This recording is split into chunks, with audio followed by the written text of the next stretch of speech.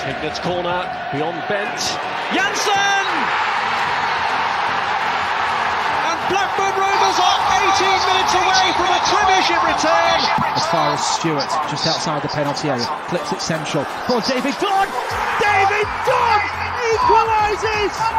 It just had to be! Dax corner and it goes. Glance towards goal! And Rovers have taken the lead! Charlie Mulgrew has scored his 14th of the season. It may well be the goal that sends Rovers back into the Championship.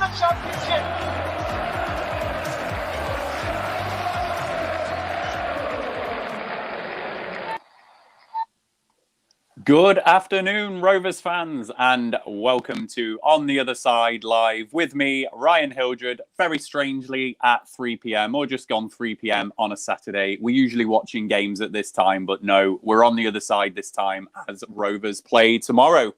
And sadly, our last game fell foul to Storm Christoph on Tuesday night as our game was postponed at home to Swansea City. So hopefully the benefit of a rest will serve us well as we travel to the Riverside Stadium to take on Middlesbrough tomorrow afternoon. We've got some Rovers Chat royalty on the show today because we've got Borough fan Stephen Jackson, who is on the show for his third time this season. So he's been on the other side once and he did a little preview for us on Daniel Ayala. So you are making your hat-trick appearance, Stephen. How are you doing? Not too bad. When do I get my hat-trick ball then? Well, I was actually going to say I don't have a hat-trick ball gift to give you, but of course I am very grateful for you joining us. And I should have said you are from the 12th Man Podcast as well, so apologies for that. Rovers fans, as ever, please do interact with us as we go through the show. Let us know your thoughts and opinions on all things Rovers and all things Middlesbrough. If you are not subscribed to our YouTube channel, we are Rovers Chat on YouTube as we are motoring towards 1,000 subscribers. So thank you to everyone for supporting the channel as you do. And if you're not following us on Twitter, we are Rovers_chat on Twitter. So please do give us a follow. I'll just say hello to some of our regular viewers. 𝐿_Scotty, hello to you. Kevin, hello to you.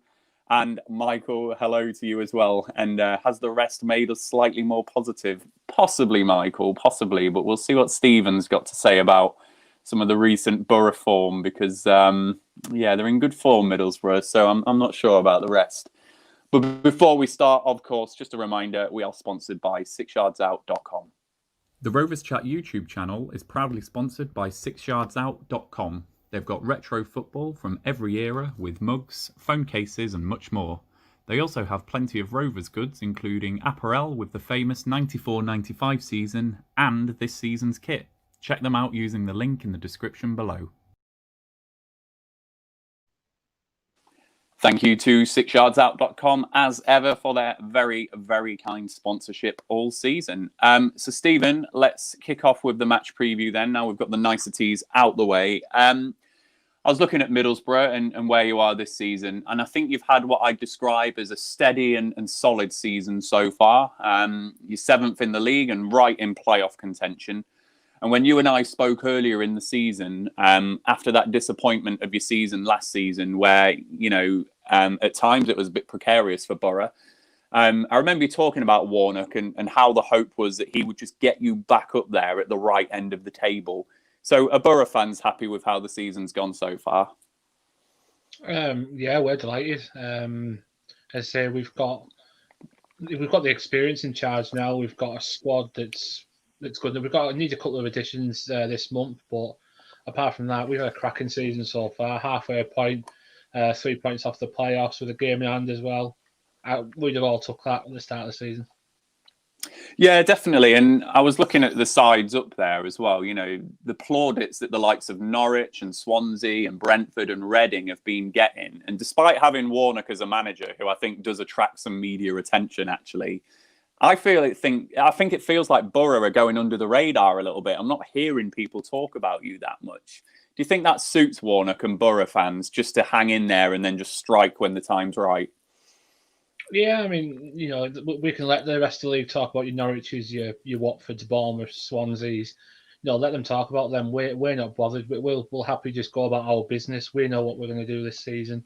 We've we've steadily progressed as the season's gone on. We've got better game by game, exactly where we should be. And let them talk. We'll go under the radar, and we'll soon pounce when it comes to March, April time. That's right. And, Warnock's obviously key to that. And if we talk about him again, we spoke earlier on in the season about, the magical powers that he just seems to have at championship level. And I was looking at Borough this time last season. You were down in 17th, and that was after 29 games and not 24 games like now. And you had those anxious moments where you're looking over your shoulder a little bit now. So Warnock's got you back up there, right at the right end of the table, and we're past the halfway mark now. Is this ultimately what you were hoping for? I know you spoke about just getting back up there, but is it about actually we want to make the playoffs?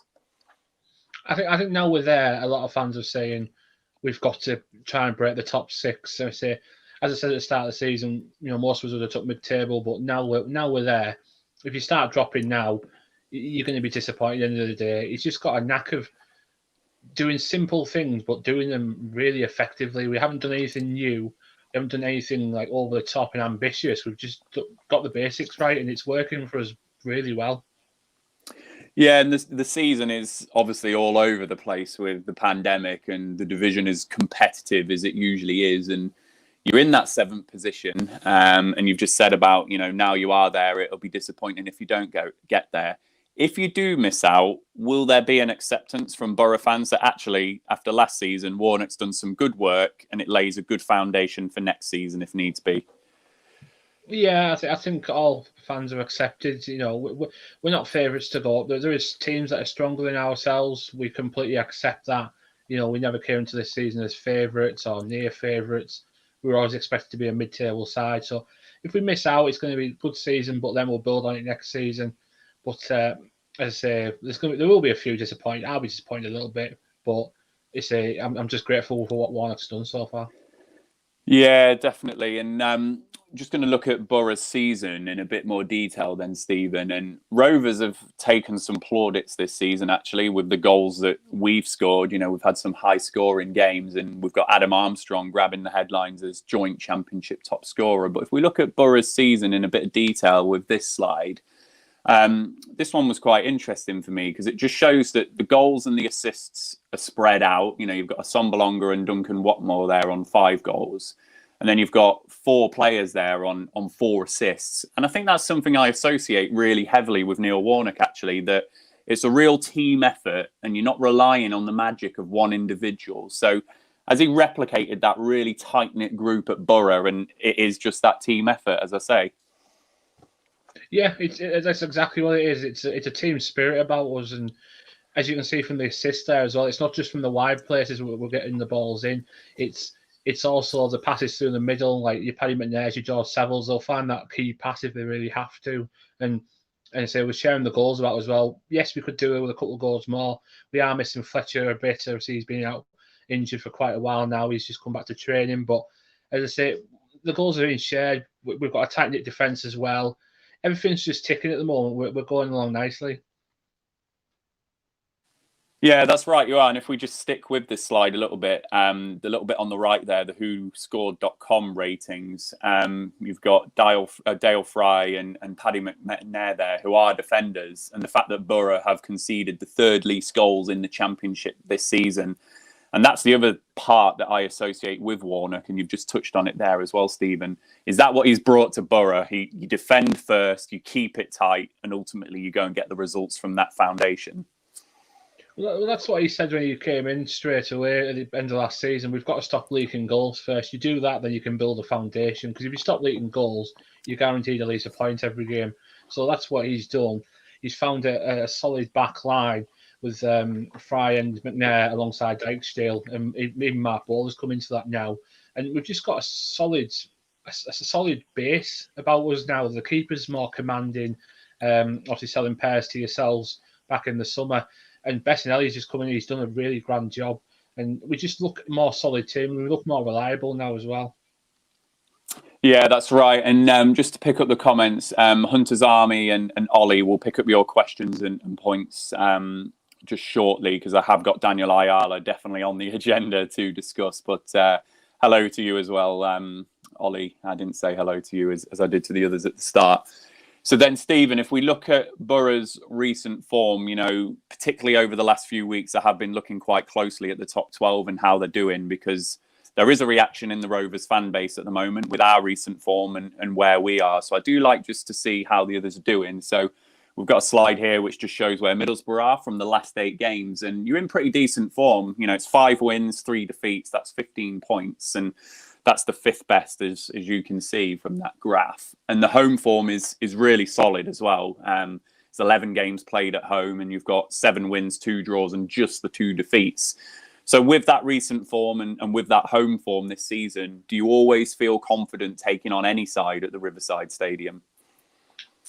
It's a bit different from what it was last season, because last season we couldn't buy a win at home. I think we only won 4 or 5 times at home. We were really poor. So that's another thing that Warnock's done. He's turned us round. He's made us more confident at home. So when we do have our home games, we do feel better. Obviously, we had last game a really disappointing defeat at home to Birmingham, which they just got 1 chance to score with it and defended really well. But yeah, I feel really confident about how we are at home and how we set up to play. So I say going into Sunday, we're in cracking form, and we do look good at home all of a sudden. Yeah, and Hunters, I'll come on to your comment now. So Hunters Army, this game feels as though it could determine where we're going to be around the end of the season, and lose this and the gap will be big, confidence low. And I think with what Stephen's just said there, Hunters, Middlesbrough are in some good form. They are the team in 7th place who are chasing down the top 6 as well. So I think you're absolutely right, Hunters, that if we are really going to get into the top 6 this season, we have to go and get a result at Borough tomorrow. Whether we are going to do that is obviously a different debate and a different argument, but I agree with what you say there, Hunters. It could be too far, that gap, if we let Borough get away from us as well. So yeah, just bring that one up there. And Stephen, the last game, it was a boring 0-0 draw at Ewood Park, midweek on Sky, and in a bid to grab viewers this week away from the FA Cup action, Sky have obviously used that game as a good benchmark to go and pick, which championship game should we put on TV this week? So they've gone for Rovers v Middlesbrough again, obviously this time at the Riverside. I don't think there's too much to say about the last game, so we're not going to talk about it. But, what we're doing on this show now is just asking our guests to bring their predicted lineups, which you have done for me, thankfully. So we're going to bring up what you think your side is going to be tomorrow. Before we came on air, you and I were chatting about the wing-back formation, which I didn't realise you were playing, and I was quite surprised to see that when you sent it to me. So talk us about the wing-backs and why you're expecting to see that tomorrow. It's a formation we've stuck with for a large part of the season. Get the wingers being essentially what they should be, which is a winger, not sitting too far back, too far forward. That's their job to go along the lines. What the name you'll be probably surprised to see most is Tavernier sat at left wing back.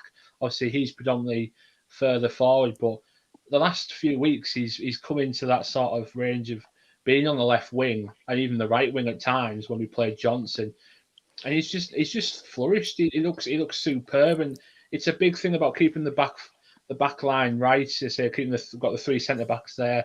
That's what we'll be looking at on tomorrow. Keeping that solid. I mean, Rovers have got a good attacking line to come at us. You've just got Bradley Dack back as well. Adam Armstrong's in there as well. So we've got a bit of competition coming towards us. So that's why we tend to go with 5 at the back. And obviously, looking forward, we've got Morty will sit in front of them as a bit of an anchor role. That House and Sav will do what they need to do in midfield. And then Watmore and Assombalonga. Watmore's coming in and being fantastic, considering he's been injury prone for the last 2 years. And Assombalonga, well, we saw what he was like on Wednesday night. He's just a goal scorer. So it's a pretty strong team what we've got for tomorrow. Yeah, and just a couple of things. We'll come on to Duncan Watmore in a moment. But you were saying to me, weren't you, that the wing-back formation that you employed at Ewood Park worked quite successfully. So do you think that the aim of the game tomorrow will be to push the likes of Ryan Nyambe back for Rovers, who does like to get down that right-hand side? Is it going to be Tavernier just pushing in the other direction to really stop him being an attacking threat in the game? I think it's a bit of both. Obviously, if he does want to come forward, then he can slip round and get in behind him as well. So that's one of the things we can do, because there is a lot of teams in this league that do have attacking fullbacks. I think everybody's copied the formula that Liverpool have come up with their attacking fullbacks going forward. And if we can use our 5 at the back properly, and if Ryan Yambi wants to come forward, we can stop him by bringing Bowler across as well. And then obviously we can put Tavernier in behind him. So we've got both angles covered there. Yeah, and I look at this side. So the second question, Duncan Watmore. I look at this side. You look at names like Assombalonga, Howson, Morsey, Saville, Fry, McNair, Tavernier. These are all solid, experienced Championship names there. But Duncan Watmore's someone who I saw break through at Sunderland, wasn't it? And I think he had a few appearances for them. How's he been this season? What's been the difference, and why is he playing so well for you? And ultimately, what's he bringing to your side at the moment? I think the reason he's playing well is the manager again. It's something that Neil Warnock's done. He's brought him in to initially train with the squad, gain his fitness. Obviously, he's had a bad 18 months to 2 years with ligament injuries, whatever he's had going on, being released by Sunderland. We brought him in. Warnock's put his arm around him and brought the best out of him. He's got everything about his game. He's got assists in there. He's got goals in there. He's hard working. He tracks back and forth.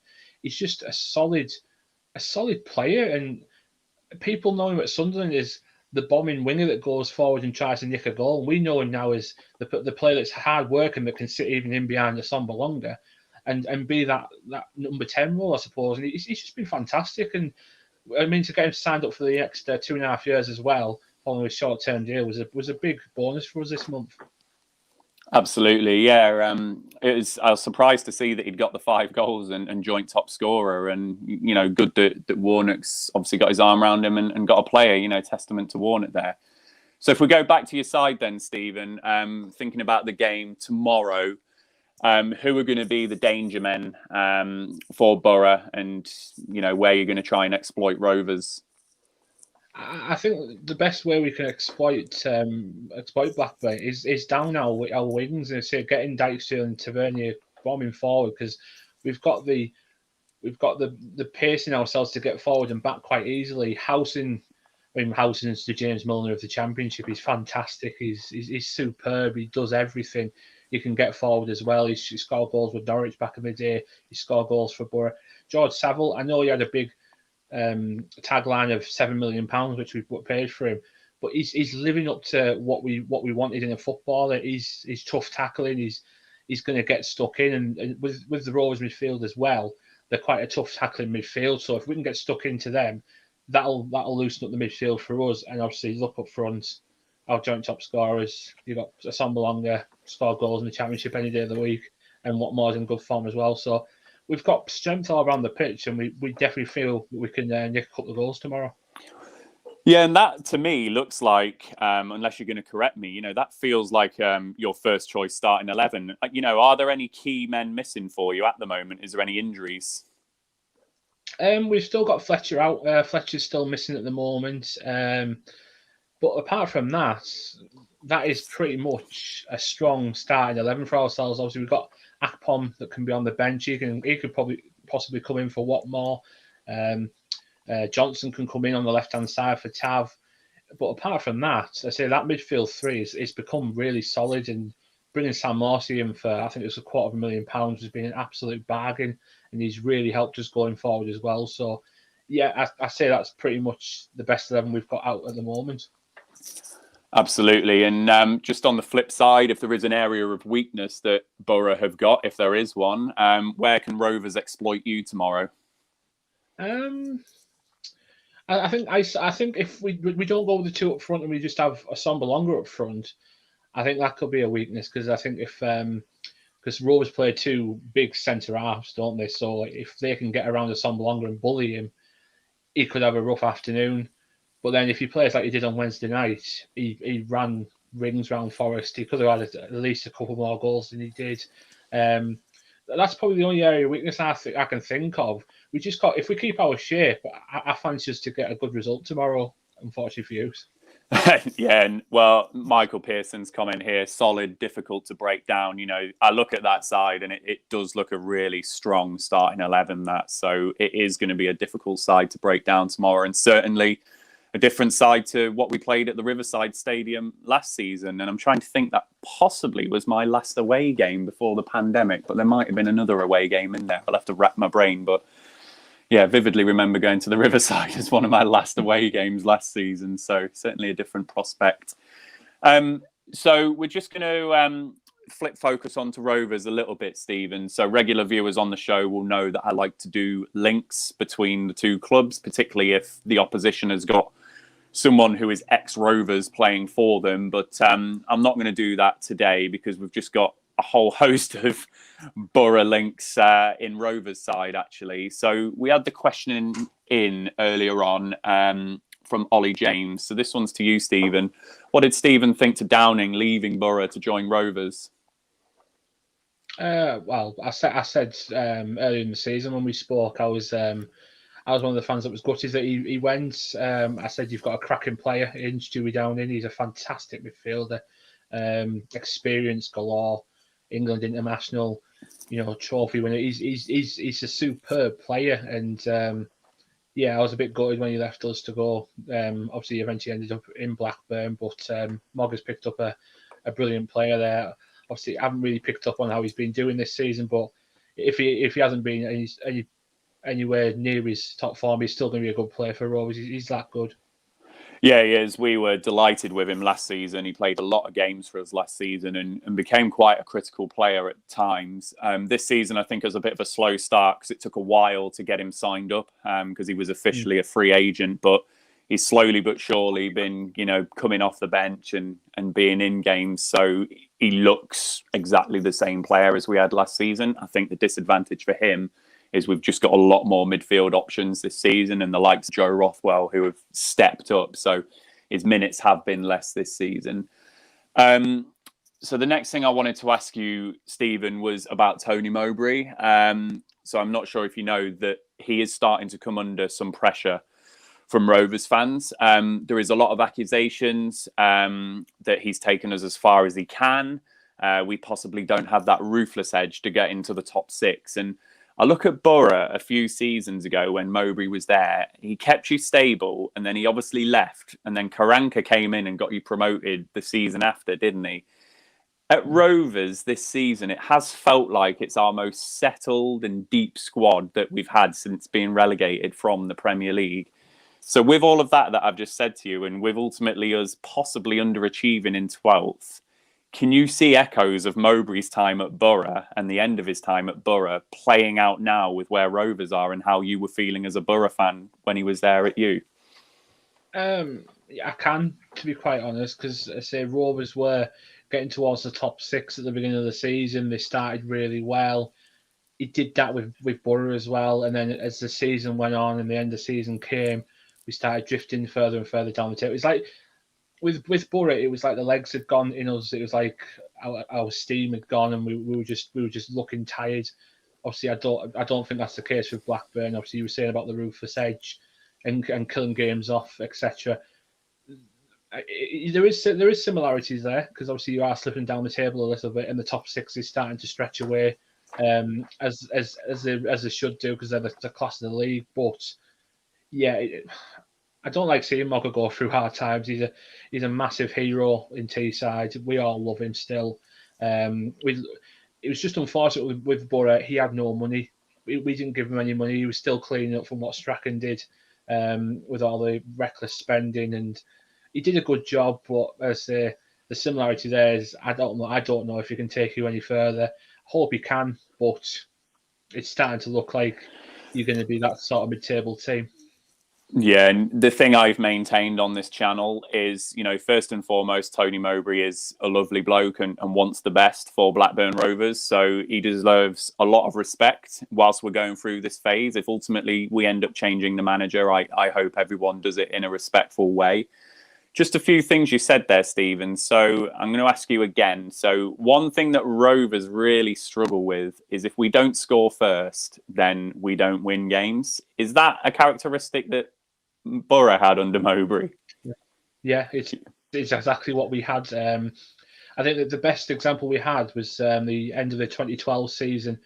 We were obviously challenging towards the top six, punching well above our weight, but once we conceded first, we really struggled to get back into games. And more often than not, if we conceded first, our confidence was gone. We conceded again.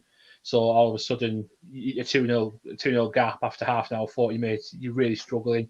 And you struggle to get us back into games, to give us that know-how to push us back into a game.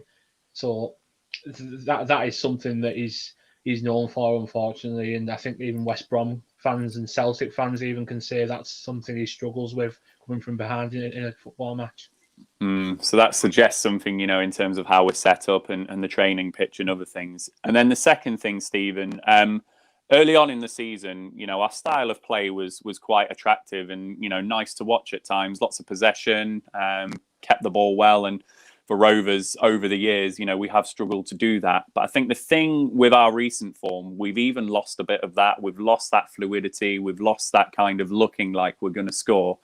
So again, did you see that at Borough, that yes, you could keep the ball well, yes, you could do all these nice things, but in terms of shots on target, in terms of good chances created, in terms of, as you say, the energy in the side, did it feel at times like it was grinding to a halt a bit? Yeah, there was games where we were playing 4 central midfielders in midfield, in a 4-man midfield, and you thought that's not what a football team should be doing. There was little things that he was doing wrong, and I say we could play the ball side to side to side. We could do that all day. It's just not going to do anything if you've got nothing going forward. And we had the likes of 𝐕𝐈𝐃𝐄𝐎 up front.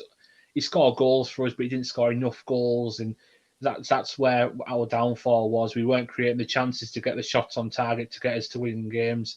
And unfortunately, that was his downfall when it came to the end of the day. We started losing too many games because we weren't getting the shots off. Yeah, Michael's just come in with a comment here. Lack of a plan B. Sounds like it was the same with Borough. Yeah. Sounds like a difference that he's had at Rovers, though. He has had money to spend, and this squad is largely his. And he's got things like the Championship's joint top goal scorer. He's got Bradley Dack. We've got an abundance of midfield options. We've got arguably the best 17-year-old in the country in Harvey Elliott. So, there are a lot of things in his favour, but you're right. Ultimately, my position is I want him to succeed at Rovers. I actually think whilst we're in this pandemic, whilst cash flow is low, etc., I don't want us to go down the path of getting rid of him, because that costs money, which then affects other things like our pitch, which we need to spend money on in relay, contracts that we need to get signed up, else we're going to lose players. So I really, really want him to succeed for those reasons. But yeah, Stephen, it is starting to stack up against him, I'm afraid. And I was just really interested to get your view, because, I suspect you were probably feeling like some of us are now. Mowbray's obviously a bigger legend at Middlesbrough for what he did, but Mowbray has got a really good status at Rovers, and I really don't want to see that crumble away because of how we're doing now. So really interesting to get your view on that, and I really do hope he can turn it around. The other person I want to talk about, and Ollie has referenced it here, so brought up Ollie's comment, and I'll ask you my question. So it's Daniel Ayala. So you joined us on a preview earlier on in the season. It was a transfer special, actually, to talk about Ayala. And I was really happy at the time with the signing of Ayala, a good experienced Championship defender. Mowbray doesn't usually sign defenders, so it was good for him to bring someone in.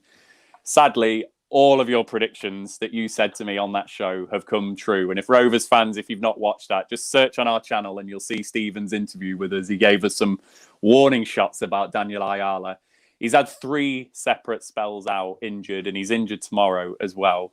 And he's just never really had a run of games. Is that similar to what you saw at Borough? It was just these different injury spells, and he was never played that run of games.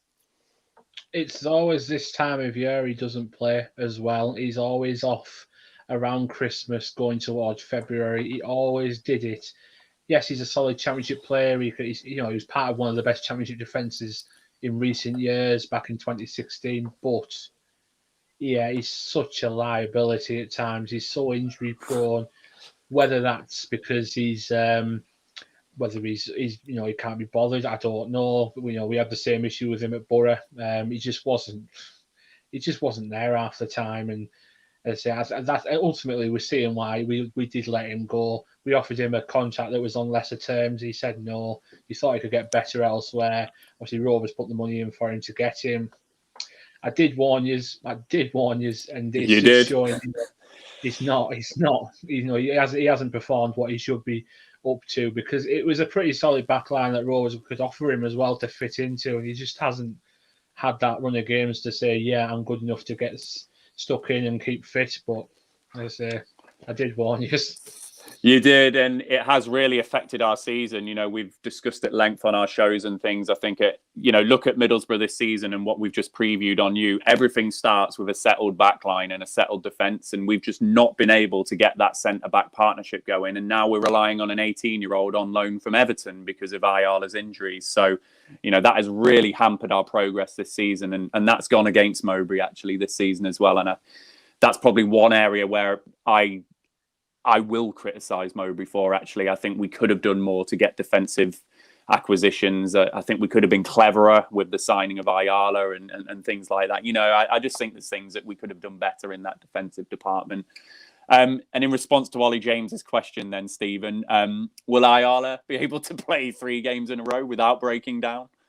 No. No. Well, there we go. That answers your question, Ollie. So, yeah, we're going to have to get used to this. And I think he's on a 2 or 3 year contract, which is the other scary part. So, yeah, someone correct me in the comments if I'm wrong, but I think that is right. I think he's on a 2-3 year contract. So, yeah, not good. That's another reason why you wouldn't sign another contract. We wouldn't offer him more than 1 year. And you can see why we only offered him 1 year. Yeah. Well, you can sit there very smugly saying that I told you so, and we have video evidence of you warning us. So you can count your football knowledge in a good light as far as Daniel Ayala goes and Middlesbrough. So Rovers fans watching in, if you want to hit us with your score prediction for the game tomorrow, please hit that into the comments box now, and I will pick them up towards the end of the show. But Stephen, I'm going to come to you first for your score prediction on the game. How do you think the game's going to go? What sort of game is it going to be? And ultimately, what score do you think it's going to be? I think we'll start the same way we did Wednesday night. I think Forest expected us to sit back. The way we'll set up, I think Rovers will expect us to sit back. We won't. We'll go straight for you. We'll attack straight down the lines. We'll do everything simple but effective. I can only see a Borough win. I've got 3-1 down to Borough. I think we'll be dominant, progressive as the match goes on, and quite ruthless at times. And I think we can boss that midfield and get that 3-1 win. 3-1 is what Stephen's saying. I'll just come back onto Daniel Ayala. So 𝐿𝐿𝐆cotty and Michael are both confirming that. Oh, there's Michael's comment. Both confirming that Ayala is on a 3-year contract. So you can chuckle with that one, Stephen. And Ollie, in response to the question that you answered for him there, just says great. So thank you for that. And then Kevin, with Ayala, we're lucky to get 90 minutes out of him. Yeah, it does feel like that a bit at times, Kevin. Absolutely. So before I bring in the Rovers fans' predictions, this just feels like a tough game for Rovers. It's the game we could have done without, really, with your home form, with how solid you look, how good that starting 11 looks. And I'm not feeling confident. Warnock is just going to set that game up to just stay patient, stay tight, and that doesn't suit Rovers. We've lacked that ruthless edge. We've struggled to break down the better sides this season, and unless we get a very lucky first goal, which might just change the pattern of this game, I can just see this being a 1-0 Middlesbrough is what I'm thinking. I don't think there'll be many goals. I think it feels just the time of year at the moment feels like the football's not free flowing across the championship, actually. So I think it's a bit of a grind for most teams at the moment. But I just think it's one of them that Borough might just get the job done. On to the next one.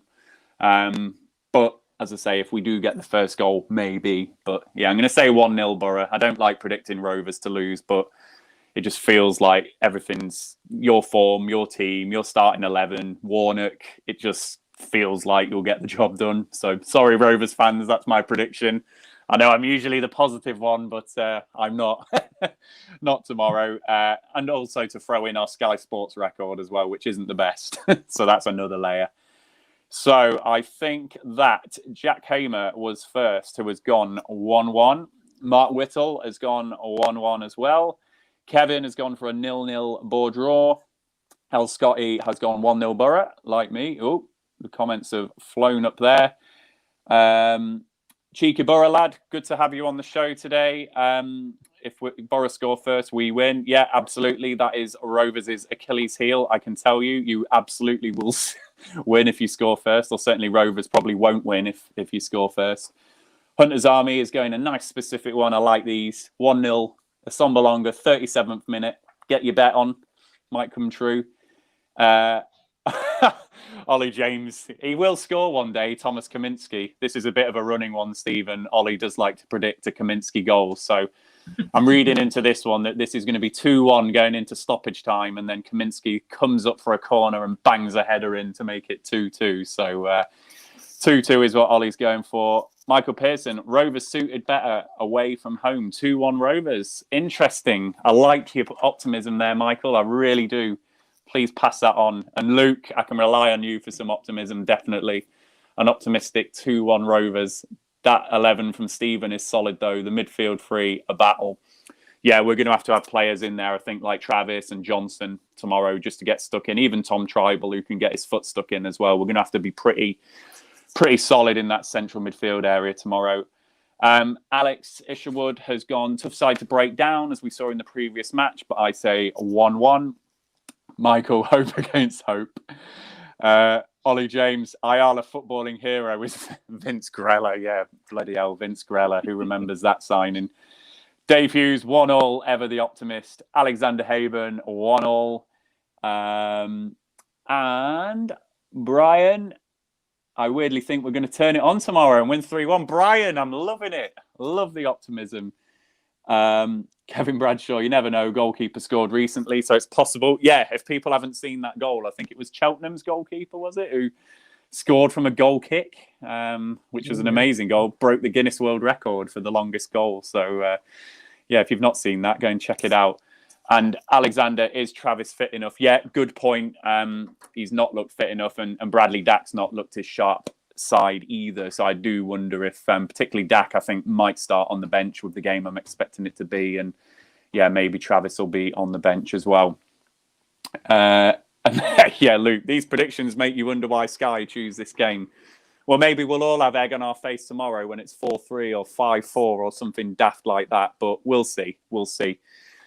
So, Stephen, I think that is it, unless any Rovers fans squeeze in with a prediction. So thank you for joining us on this Saturday afternoon. And really thank you as well for, the insight on Tony Mowbray as well. I did just want to ask you about that because he's under a lot of pressure at the moment. And as you say, certainly a legend at Borough and certainly held in high regard at Rovers. So I'll always do it on this channel. I'll just give him the due that he deserves. I'll do it in a respectful way. We'll weigh up all the evidence pro and against Mowbray, and we'll do that in the way that Mowbray deserves. So thank you for just offering that Middlesbrough insight on Tony Mowbray as well. Rovers fans, we will be with you tomorrow, pre and post match. Oh, Alexander squeezed in 2-1 Rovers win. There we go. I'm going to leave that one hanging up just as a bit of optimism.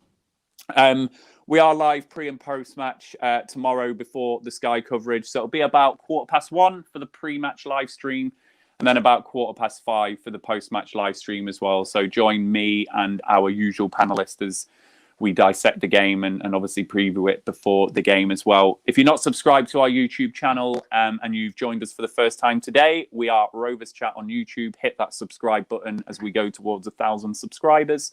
And if you're not following us on Twitter, we are Rovers_chat on Twitter. So, Stephen, I'll let you enjoy the rest of your Saturday. I think we're struggling for football a little bit today, but there's a little bit of FA Cup and some Premier League later, of course. But yeah, enjoy the rest of your day. Rovers fans, enjoy the rest of your evening as well. We will leave you, as we usually do, with our sponsor message from 6yards-out.com. We will see you tomorrow. See you later.